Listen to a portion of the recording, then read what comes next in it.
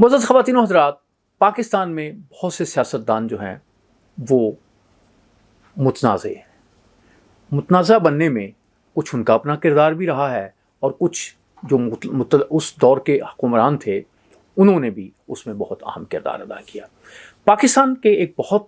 متنازع جو سیاستدان ہیں وہ جی ایم سید ہے۔ جی ایم سید ایک ایسے سیاستدان ہیں جنہوں نے ایک زمانے میں، یعنی جب یہ وہ شخص ہیں جنہوں نے سندھ اسمبلی میں سے پاکستان کے حق میں قرارداد پاس کروائی تھی، اور سندھ اسمبلی جو ہے اس میں جی ایم سید کا یہ جو رول ہے یہ اتنا بڑا رول ہے کہ جس کی تعریف جتنی ہونی چاہیے تھی وہ نہیں ہو سکی، اور اس کی تعریف اتنی ہونی چاہیے اور اس کا انہیں کریڈٹ دینا چاہیے۔ جی ایم سید سے میری بھی ملاقات ہوئی تھی، میں نے ان کے ساتھ جو انٹرویو کیا وہ اب اس کی ویڈیو بھی یہاں پہ موجود ہے۔ جب میری ان سے ملاقات ہوئی، وہ 80 سے زیادہ ان کی عمر ہو چکی تھی۔ میں ان کے گاؤں میں پہنچا، اس وقت ٹانگے پہ بیٹھ کے، مجھے ابھی تک یاد ہے، اور تو کوئی سواری نہیں ہوتی تھی، اس میں پہنچا، سائیں نے دیسی مرغی بنوائی، وہ ہمیں کھلائی، ہم نے 6 گھنٹے ان کے ساتھ گزارے۔ اس کی ساری رودات جو ہے کافی حد تک میں نے اس میں انٹرویو میں شامل کی ہے۔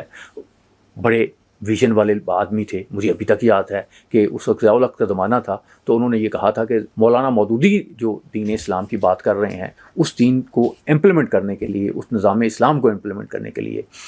کوئی شخص جو ہے ضیاء الحق سے بہتر نہیں آئے گا، لیکن یہ نظام فیل ہو جائے گا کیونکہ مولانا مودودی کی جو اسلام کی انٹرپریٹیشن ہے وہ غلط ہے۔ میں اس وقت بھی ان کی اس بات سے اختلاف کرتا تھا، ابھی بھی مجھے ان کی یہ بات سمجھ نہیں آتی، لیکن یہ بات اپنی جگہ پہ صحیح ہوئی ہے کہ جو ضیاء الحق اسلام لانے کی جو ضیاء الحق نے کوشش کی وہ کامیاب نہیں۔ اس لیے میں آپ سے بات کر رہا ہوں کہ میں چودھری سردار محمد، میں بڑا ان کا قائل ہوں، ہمارے دوست تھے، ان کی کتاب پڑھتے ہوئے مجھے ایک واقعہ جو ہے پڑھنے کا اتفاق ہوا، تو میں چاہتا تھا کہ آج آپ کے ساتھ وہ شیئر کروں، کیونکہ یہ وہ چیزیں ہیں جو عام طور پہ لوگوں تک نہیں پہنچتی، تو ان پہ گفتگو ہوتی رہنی چاہیے۔ چودھری سردار محمد بتاتے ہیں کہ جب میری جی ایم سید سے ملاقات ہوئی تو وہ سخت اضطراب کی کیفیت میں تھے۔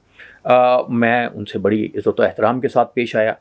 کیونکہ آزادی کے جو رہنما تھے ان میں بہرحال وہ ایک سرکردہ رہنما تھے، اور پاکستان بنانے میں جی ایم سید کا بالکل آپ کو کردار ماننا پڑے گا کہ وہ بنیادی قرارداد تھی پاکستان کے ساتھ الحاق کی جو سندھ اسمبلی میں پیش کی، اس میں جی ایم سید کا بہت بڑا رول تھا۔ چودھری سردار محمد سے میں بالکل اتفاق کرتا ہوں کہ وہ، جیسے وہ کہتے ہیں کہ وہ اپنے پہلے دور کے جو سرکردہ مسلم رہنما تھے ان میں وہ شامل تھے۔ ان دنوں بہت کم لوگ جو ہیں سردار چودھری صاحب کے مسلمان ہندوستان کی نمائندہ جماعت میں شامل ہونے کی جسارت کرتے تھے، تو کہتے جب میں نے ان سے یہ بات کی تو وہ میرے خیالات سے بہت خوش ہوئے اور اطمینان کا اظہار کیا۔ اس کے بعد بھی کہتے میں کئی دفعہ ان سے ملتا رہا۔ اچھا، یہ جملے میں آپ کو دوبارہ بتانا جا رہا ہوں کہ دیکھیں، ایک شخص ہے جس کو آپ نے نظر بند کر دیا، جس کے بوڑھا ہے، اس کے ساتھ نیگوشیشنز نہیں کر رہے، اب اس کے ساتھ ضیاء الحق انہیں جو ہے وہ ان کے ساتھ محبت کا اظہار کرتا تھا، اور آپ کو شاید علم نہیں ہے کہ جی ایم سید نے اپنے جو پوتا ہے اس کا نام ضیاء الحق رکھا تھا۔ اس زمانے میں یہ بات بڑی مشہور ہوئی تھی۔ تو اس میں انہوں نے ایک بڑی اہم بات کی، انہوں نے کہا کہ انہوں نے بتایا کہ میں نے، جی ایم سید صاحب کہتے ہیں کہ میں نے مسٹر جناح سے 1946 کے الیکشن میں ٹکٹوں کی تقسیم پر اختلاف کیا تھا۔ میرے سیاسی مخالفین نے اس اختلاف سے فائدہ اٹھایا اور مسٹر جناح کے کان بھرنے شروع کر دیے۔ ان لوگوں کے ذاتی مفادات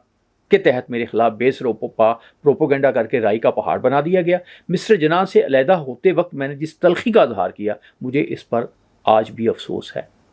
وہ بہت دردناک المیہ تھا جو میری زود رنجی، برہمی اور دوسروں کی طرف سے لگائی بجائی کے باعث رونما ہوا۔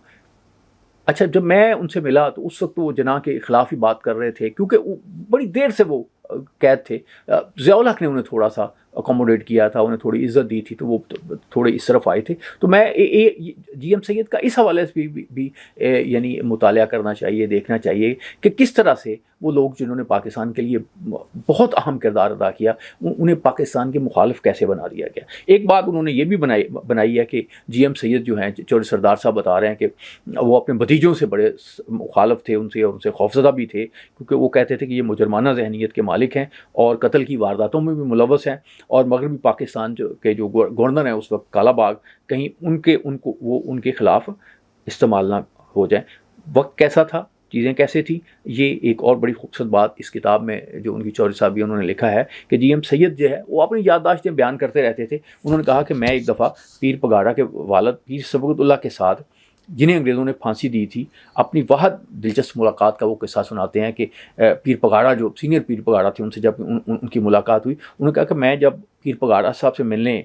پہنچا تو پہلے 7 بہت بڑے خالی اور تاریک کمروں میں سے میں گزرا. ہر دروازے پر ایک سخت نظروں سے گھورنے والے محافظ کھڑے ہوئے تھے. پیر صاحب کہتے ہیں کہ ان تک پہنچتے پہنچتے مجھ پر اتنا زبردست جو ہے جی ایم سید صاحب پہ خوف طاری ہو گیا کہ وہ تھر تھر کانپنے لگے. حالانکہ وہ نوجوان تھے اور عام حالات میں کسی چیز سے نہیں ڈرتے تھے، اور پیر صاحب ان کے رشتہ دار بھی تھے. اس کے بعد بھی جی ایم سید نے کبھی ان سے ملاقات نہیں کی. یہ ہماری جو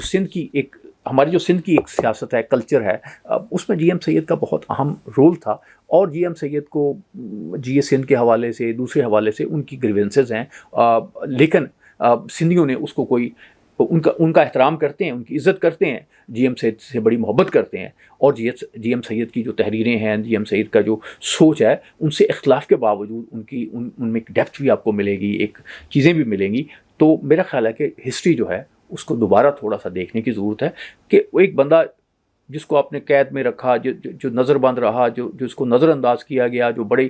صلاحیتوں کا مالک بندہ تھا، تو ظاہر ہے وہ فرسٹریٹڈ بھی ہوگا، وہ بولے گا بھی، لیکن ساری چیزوں کو آپ نظر انداز کر دیں. یہ یاد رکھیں کہ یہ جی ایم سید وہ شخص تھے جنہوں نے